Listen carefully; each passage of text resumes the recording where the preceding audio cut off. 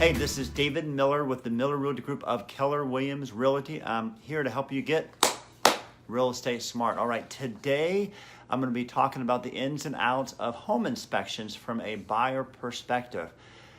First of all, when you are purchasing a property, you need to make sure that you always do a home inspection on it, because you want to make sure before you go to before you close on the property that you know if there's anything behind that you may not be aware of that's not found in the seller's disclosure. So always get that done.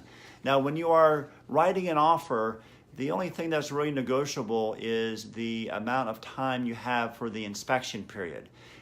Typically, the offers, the contract state 15 days, but it really depends on what type of market you're in. If you're in a seller's market, the sellers have the leverage that's probably going to be cut down to about 7 days. And if you're in a buyer's market where the leverage is with the buyers, then you could probably get away with 15 days. But if you're the buyer, you want as much time as you possibly want. And of course, if you're the seller, you want just the opposite.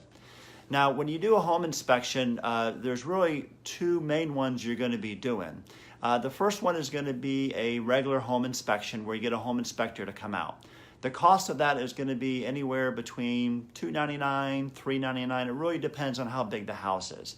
But what they're going to be doing is they're going to be looking for things that may not be found by the naked eye. So they're going to be going through the attic. They're going to be looking for roof leaks, if there's any active leaks, if there's any past leaks. They're going to be checking all the electrical sockets. They're going to be checking the plumbing and if there's any leaks. So they're going to be going through a lot of stuff. So you definitely want to make sure that's done. The other thing that has to take place is going to be, or that we recommend, is what's called a WDO inspection. That stands for wood destroying organisms. So that's basically looking for termites as well as wood rot. Now, if you're an FHA loan or a VA loan, you have to do that for sure. And actually, in some of those cases, the seller will have to pay for it, like for VA loans. So they're going to be looking for if there's any live termites, if there's any past termites, and they're going to be looking for any wood rot. All right. The cost for that is usually around $100 to $200. Now, if you're buying a property that has a septic tank and it's not in public sewer, then you probably want to get a certification done on the septic tank as well. That's going to cost you about $300 to $400, depending on how big it is and if there's one or two. But once you have those things, then it's going to provide you information back. So you're going to find a lot of these are automated nowadays where they're going to provide you a 35-page report. Now, as a buyer, don't freak out and say, oh my goodness, there's so many things wrong with this house. Listen, you're paying a home inspector to find problems for you, and they're going to find them for you. But that doesn't mean that because there's 35 pages that I don't want to buy the house, because a lot of them are just informational purposes, things that they want to make sure that you know as well.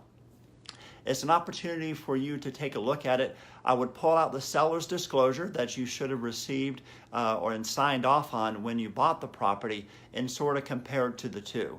So if the home inspection states that there was a leak in the attic but it's no longer active, you want to make sure that that was on the seller's disclosure as well. All right. So you want to make sure you go through that. Now, you might have some additional questions. Maybe it has that there was a leak here, but you don't see it on the seller's disclosure. Then you probably want to ask the sellers about that.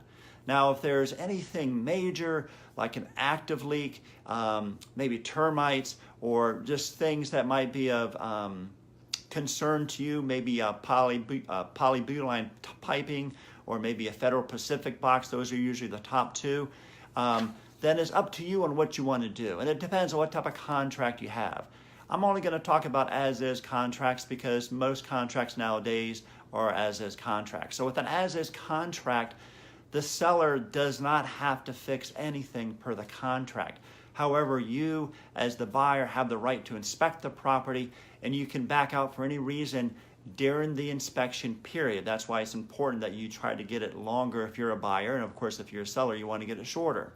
So at any reason during that inspection period, you can back out. Now, just because it's an as-is contract doesn't mean you can't ask the seller to make some repairs. my recommendation is if there's something major, then definitely ask for those items. But don't be nitpicking about the little things. Maybe there's not a GFCI in the kitchen, or it's not working and needs to be replaced. Those things are easy fixes that you can probably do on your own. Now, as I mentioned, the seller does not have to fix them, but depending on their situation, maybe they're motivated, they have a tight timeline, they might be willing to do those to keep the deals together, all right? The other thing is that you can get out of the contract. You can decide that, you know what, I don't want to take on all these repairs, I want something moving ready, and you can back out of the contract. So those are really the two options that you have. So I hope, based on what we shared with you, that you are now real estate smarter. If you have any more subjects you want us to be answering questions for, please let us know. Hope you have a great day. Thanks.